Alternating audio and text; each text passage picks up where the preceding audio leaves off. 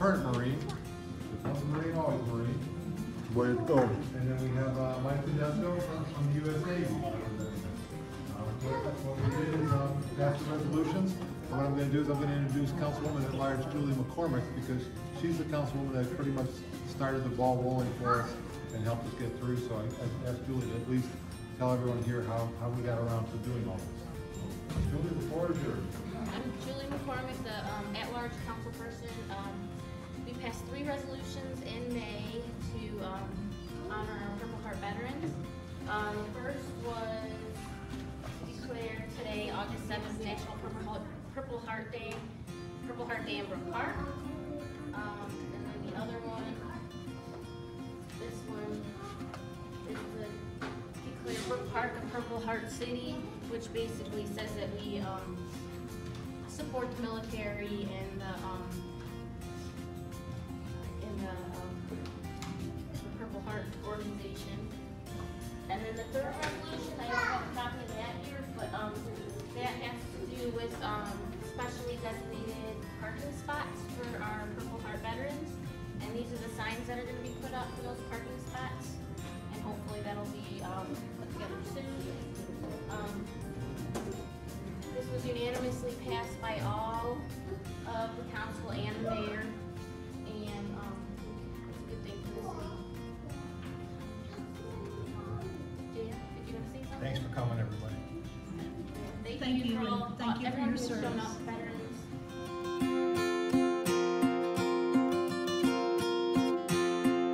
Up job. And he was on Iwo Jima. He saw the flag go up, and then he was wounded, and he just had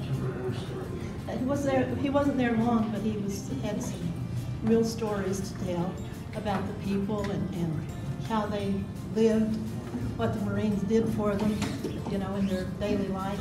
And it was just, he really humanized the whole thing by telling us about the people and how the battles went. And he told us, I said, we knew the flag story from him long before the last few years when the rest of you have heard the flag stories. Like, we knew that the cameraman who took the first pictures was, when he started back down the hill, there was all these ash caves in there from the volcanoes, and he ducked into an ash cave, and it had Japanese soldiers in there, and they killed him.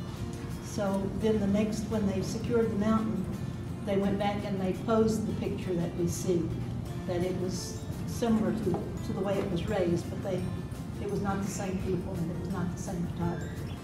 But those things are things that we grew up with. Yeah. It was just, I guess he had a very humanizing thing. He had 2 bullet wounds, and he came home to go back to work and raise his family and lead a healthy, productive life. So that's my contribution. I got one. Okay, but before we get to more.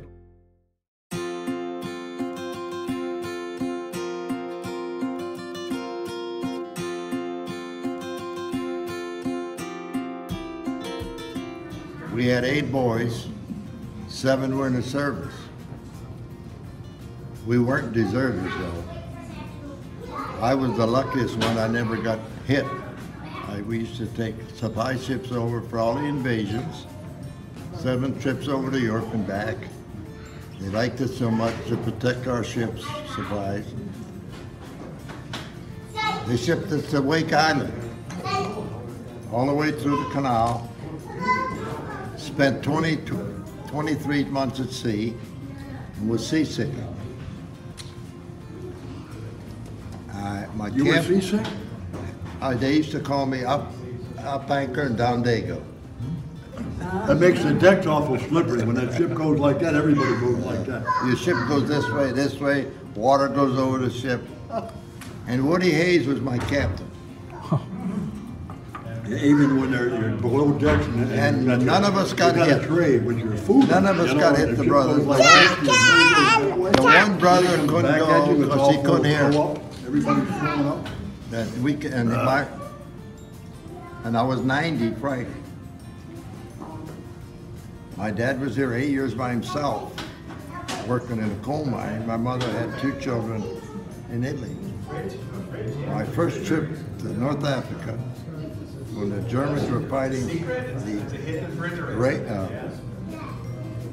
North Africans, I saw the Strait of Gibraltar. I said, how did she get up that mountain? With 2 people.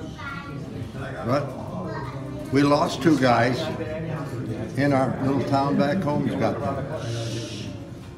2 guys got them. One got killed in France and one got killed in North Africa. So here I am in Brook Park. I was Man of the Year this year. Yeah. Citizen of the Year. Yeah. Yes, he was. Got 8 votes. Had a parade. How about Charles? Interview Charles, too. Charles, say hello and introduce yourself. Hello. What am I supposed to do now? Just tell your story about your service. Oh, well, I'm going to be 82 here shortly. In 1953, I decided to join the Marine Corps and go win the war in Korea. And by the time I got there, we were holding. Ceasefire was going on August 27th, actually, 1953. It's been holding ever since. So I was very lucky, and not to mention the fact I quit high school, but the Marine Corps sent me to Marine Corps school, which I know nothing about. And this is, boy, I'm glad to say this for a change. I think about it every now and then, or maybe more than now and then. But like I say, I quit school, and yet the Marine Corps, after my boot camp at Parris Island, South Carolina, the Marine Corps kept me. Well, everybody else went to West Coast and cold weather training and to Korea, but they kept me for a week in casual company after boot camp, and nobody told me what for, so I'm by myself. Finally, they sent me to Quantico, Virginia Marine Corps schools, and I became small arms weapons repair eventually, and I even came out, and like I said, I quit school. I come out honor student of 35 people in my class, and I even have pictures at home from the base newspaper of the commanding general shaking my hand, and this is not what I had planned on, but it became something else. And the more I think about it, it's nice to be able to tell somebody this once in a while, I guess. But by the time I got to Korea, the armistice was still holding, and it's still holding today after 63 years. So there was no firing, but I was right up on line because I was, from going to school, I ended up being a small arms weapons repair machinist. And I had 2 trucks that had A load and a B load, and they had different machines where I could turn out anything but a cannon barrel.